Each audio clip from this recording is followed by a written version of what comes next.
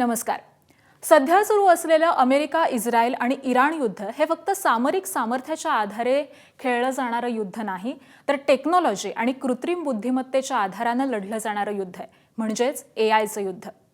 आपण आजपर्यंत युद्ध म्हणजे सैनिक, लढाऊ विमानं आणि क्षेपणास्त्र असंच पाहिलंय. पण आता युद्धाचा चेहरा हा बदलताना दिसतोय. अलीकडे युद्ध हे डेटा, अल्गोरिदम आणि एआय सिस्टीम्स यांच्या मदतीनं लढलं जात आहे. काही अहवालांनुसार अमेरिकेच्या सैन्यानं युद्धामध्ये प्रगत एआय साधनांचा वापर केलाय. या ऑपरेशनमध्ये अमेरिकेनं पहिल्यांदाच अँथ्रोपिकच्या क्लाउड एआयचा वापर केलेला आहे. अमेरिकन सैन्यानं सॅटेलाइट इमेजेस, गुप्त माहिती आणि कम्युनिकेशन सिग्नल यांच्यासारख्या लाखो डेटा पॉइंट्स या एआय सिस्टीममध्ये दिले आणि या एआयनं काही मिनिटांमध्येच त्याचं विश्लेषण म्हणजे स्कॅनिंग केलं आणि इराणमधल्या संभाव्य अशा लक्ष्यांची यादी केली. याआधी जिथं मानवी विश्लेषकांना तासनतास लागायचे, तिथं एआयनं काही मिनिटांमध्येच निर्णय घ्यायला मदत होतीये आणि अमेरिकेनं तीच घेतलीय. या प्रक्रियेला लष्करी भाषेमध्ये किल चेन असं म्हटलं जातं. म्हणजे लक्ष्य शोधणं, त्याचं विश्लेषण करणं आणि त्यावरती हल्ला करणं.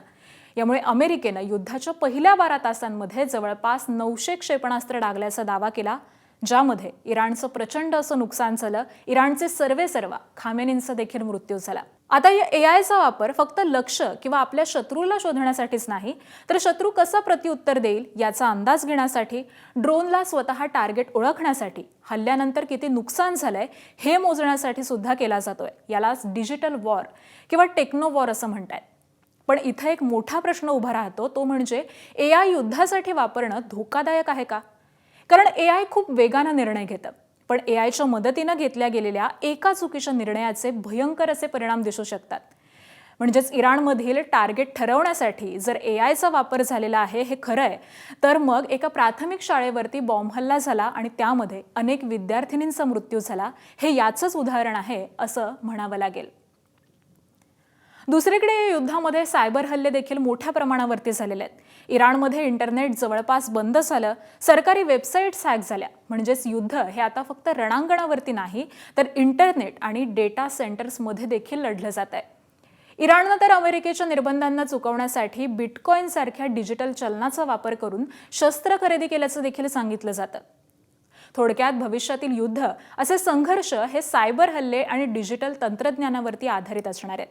त्यामुळे आता प्रश्न येतो, तो म्हणजे भारतानं आणि भारतीयांनी यातून काय शिकायला हवं.